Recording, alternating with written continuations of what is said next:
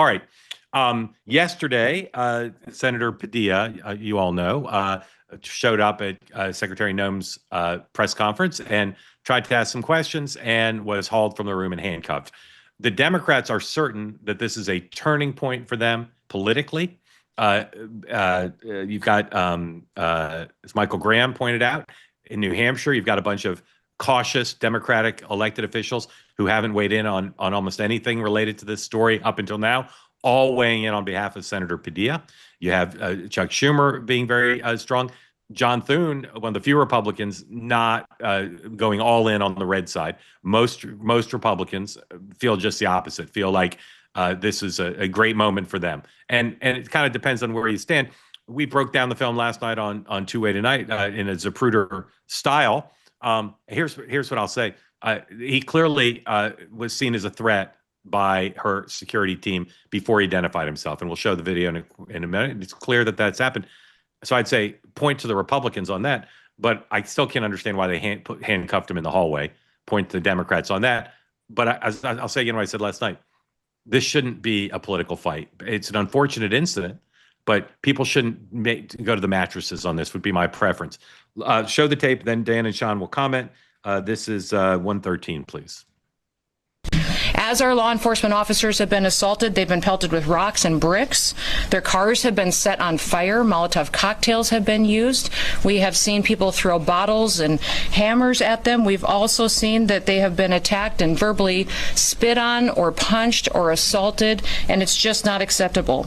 The Department of Homeland Security and the officers and the agencies and the departments and the military people that are working on this operation will continue to sustain and increase our operations in this city. We are not going away. We are staying here to liberate this city from the socialist and the burdensome leadership that this governor and that this mayor have placed on this country and what they have tried to insert into this city. So I want to say thank you to every single person that has been able to do this. Also, I want to talk specifically to the rioters and to the politicians in Los Angeles. A half a dozen violent criminals that you're rotating on your.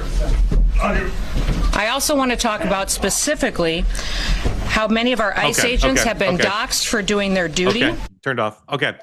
Dan, your overall view of this, both in terms of the merits of who was at fault, if anyone, and what political implications do you think it will have going forward? So on the merits, look, I think everyone kind of loses on this. Like it made me kind of like sad on some level to watch this. I think it was a political stunt by Senator Padilla.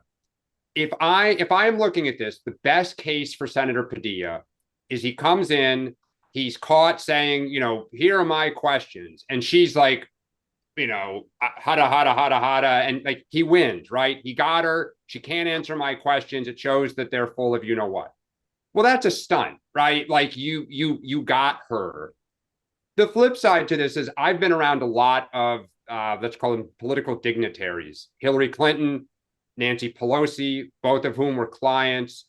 I got to spend a lot of time with their protective detail. They are not partisan people. They are not Gestapo troopers that are under the influence of, Donald Trump.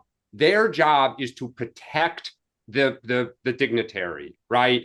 And they take it seriously. After Gabby Giffords was shot, right, after all the crazy times we're in, that is their job. They look for people who might be a little loose, who might try to go at somebody, and their job is to get them away, right? Full stop, that is it.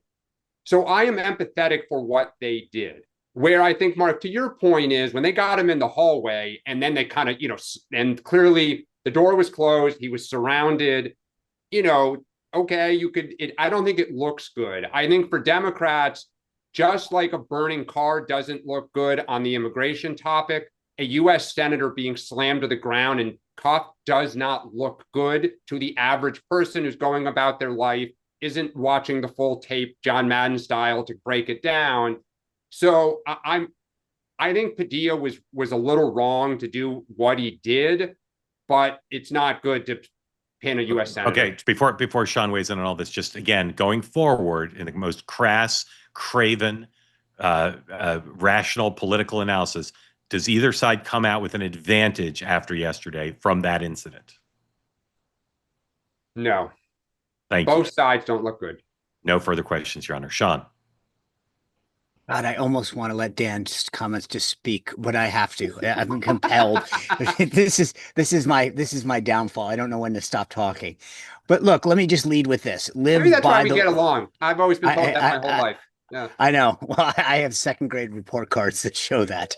Uh, here's what I'll say. Live by the woke stunt, DEI by the woke stunt. That's my die by the look, when you played that clip, count 7 seconds while she's talking and he starts interrupting. It's 7 seconds before he admits who he is. That's number one. Okay. To Dan's point, he went there dressed down, right? He went there as a stunt. Let's just start with that. He wanted this moment to occur. That's why he did this. He's a United States Senator. Sorry, no. Just want to be factual. He went there for a meeting and found out she was there. So he didn't Okay, go. no. But my point is that if you're a United States Senator and you say, I have a meeting, and they say, I'm sorry, the secretary's in a press conference, we'll be with you in 10 minutes, or whatever, you say, great, can I just sit and scroll Instagram? I understand, or call my staff? But I'm just saying, I just want to just be factual. He didn't go dressed down to confront her dressed down. No. But he was. My point is that for everyone who says he identified himself. Okay, so I'll back up and rephrase this. The bottom line is that if he wanted to have a conversation or have his issues addressed as a United States Senator, there's a multitude of ways in which that can be done. Interrupting a press conference is not one of them. So that's number one. Number two, just because to Dan's point about the detail, you don't, after 7 seconds of moving forward on a protectee and then saying, he didn't say I'm United States Senator. He said, I'm Senator Alex Padilla. You don't go, oh, I'm sorry, arms off. That's not how it works.